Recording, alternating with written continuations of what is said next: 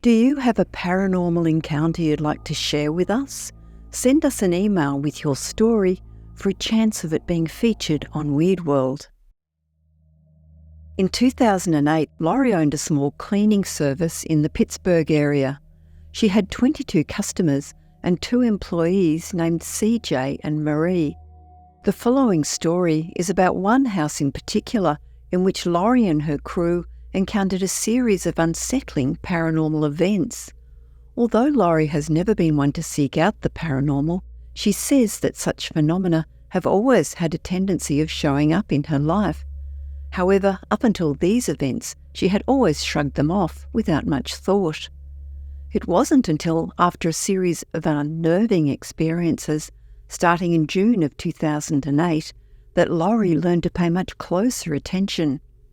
During this time, she had acquired a new customer in a nearby upmarket neighbourhood. The housing crisis gripping the nation had not impacted this enclave of opulent new construction homes. Through that customer, Laurie was able to secure more clients from 2 other houses in the neighbourhood. One was a couple with 2 dogs, and the other was a family with 3 young girls. Everything seemed to be working out really well for Laurie. In the beginning, she would bring along both of her employees, as the family property was quite large, measuring in at around 5,000 square feet. Also, working as a group allowed them to more efficiently sweep through the house's 3 stories.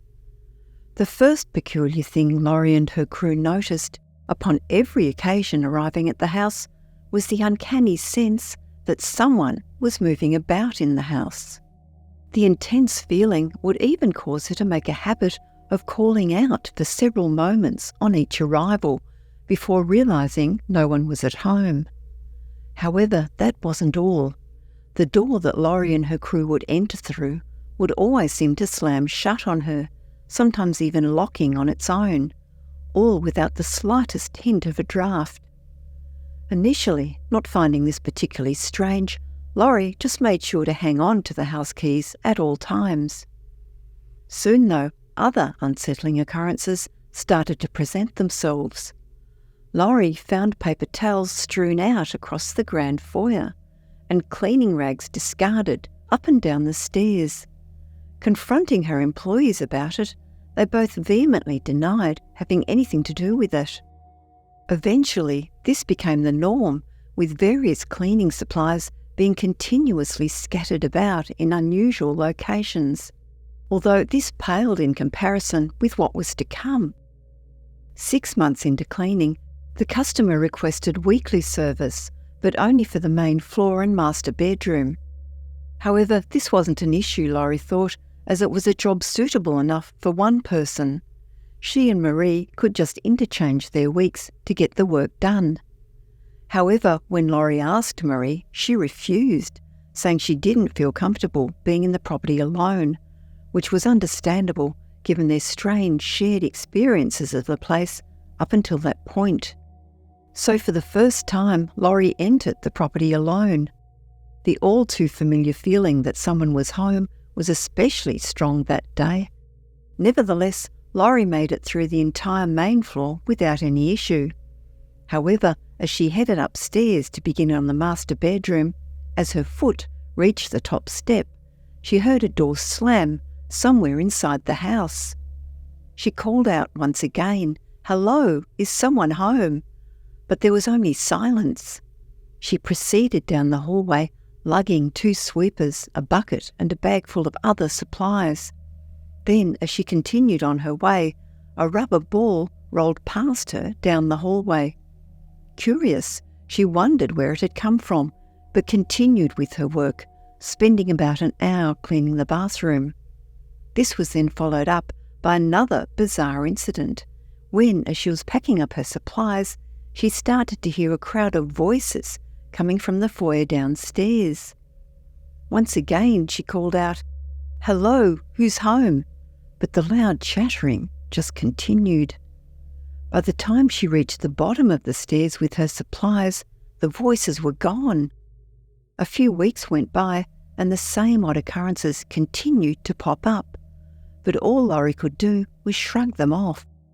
That was until the day that she saw him. Once again she had reached the top step, but for some reason, on this particular day, she looked down the long hallway and she couldn't make her legs move. She was frozen. A deep sense of dread washed over her. "What?" she said to herself. "Get your butt moving and clean the bathroom." After finally willing herself forward, she did. Finishing up, she began gathering her supplies as usual. She then encountered the previous phenomenon again. As she walked into the master bedroom, she noticed the movement of something roll into her path and accidentally kicked it.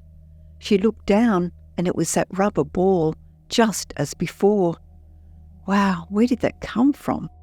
As she said it, she felt a crack of static electricity. Then, when she looked up, she saw him.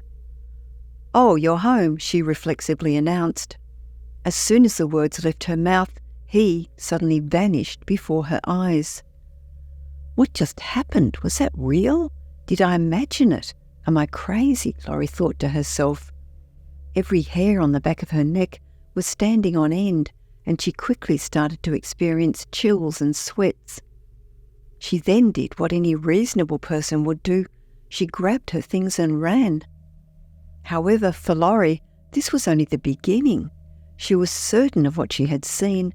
A ghost seemed to be the only possible explanation. A million questions ran through her mind. How can there be a ghost in a brand new home, she thought. After some research, she discovered that spirits can also be attached to people, land, or personal items. This made perfect sense to Laurie, given that her mother had once given her ex-husband a seemingly haunted clock, which had had an apparent mind of its own. She had found the dusty old Coca-Cola clock at a yard sale, and it had driven him crazy. Sometimes it would keep perfect time, sometimes it would stop, other times it would keep time backwards, and other times still it would fall off the wall for no reason. Shortly after she moved out, the neighbour reported that the clock had been put out with the trash. As time went on, Laurie began to wonder more and more about who exactly this man was that she had seen. The research she had done about the land the house was situated on uncovered that it was at one time farmland. Not surprising. She speculated if perhaps this man had been a farmer who'd worked the land, however many decades prior. She recalled him wearing older-style pale clothing and having a light build and greying hair, but that nothing otherwise stood out about him. She also suspected as to whether there may have been an item in the house that the spirit may have been attached to, something old. However, without digging through drawers and closets, such an item would have been difficult to pin down. Everything else looked relatively new. Strangely, for the first time, the following weeks passed without any interruptions to her cleaning efforts. Around this time she went, as she normally did, to one of the neighbours' houses, an older woman called Nancy. She lived adjacent to the haunted property and had been her first customer in the area. She was cleaning Nancy's dining room windows, which happened to face the property. As she reached for the Windex, she saw movement out of the corner of her eye and glanced to see the figure of a man in one of the windows. "I wonder who that was," she said aloud. Nancy asked her if she was talking to her. She said no, and rather that she was thinking to herself who might be home, as she'd seen someone in the window. However, Nancy said, "You couldn't have, they're at work." "But I saw someone looking at the window," Laurie retorted. As she turned to look at Nancy, she had a look on her face that said she knew something. It was at this time that Laurie divulged the strange occurrences that she had experienced while cleaning the place. This seemed to put Nancy at ease, as she proceeded to tell her about her own experiences with the property. She detailed how she and her husband had looked at the house before deciding to have their current one constructed. She explained how disturbed they had felt when inspecting the second floor, specifically one of the upstairs bedrooms. Laurie asked her if the owners had themselves noticed a presence in the house. She said the only thing that they had ever mentioned was their daughter's fears about sleeping in their own bedrooms and how they'd all camp out in the master bedroom. Laurie found this very curious. Interestingly, Nancy also recounted that on several occasions, strange incidents had been happening in her own house as well. One experience that especially stood out to Laurie was that Nancy too had also heard loud groups of people conversing in her foyer while she was upstairs. Laurie can only assume that seeing the ghost in the window that day was its way of letting her know that her next cleaning day there was going to be crazy, and it was her day to clean alone. She arrived at her usual 9 a.m. start time, unlocked the door and prepared to go in. Then, just as she turned the knob, she heard the deadbolt lock again. What on earth, she thought. Now the key wouldn't even turn in the lock. This went on for about 5 minutes as her frustration grew. Irritated, she decided to walk around to the front door and go in that way. The only problem was that she would have to run through the house to reach the security box before the alarm sounded. After she arrived at the front door, she put her key in the deadbolt and it unlocked without any issue. Before opening the door, she prepared for her sprint through the house, then dashed through the grand foyer and around the corner to the hall that led into the kitchen. Arriving at the security box, she entered the code. The security box was by the back door, which she hadn't been able to get unlocked just a few minutes earlier. And yet, looking at the door, it was completely unlocked and open. Completing her work at the house, she decided to leave the owners a note to have the lock checked, even though by this point she was pretty certain who the real culprit was. Nevertheless, she put the note on the counter. At that moment, she noticed movement by the sink. The dish towel that was hanging on the handle of the dishwasher was slowly sliding to the right, as if being slowly dragged. Then the towel fell to the floor. She walked over, and it felt as if she had walked into a freezer. After placing the towel back on the handle, she abruptly left. Soon after, Laurie informed the homeowners that she would no longer be available to clean for them. However, she did not mention anything about her unsettling experiences, as she didn't want to spook them.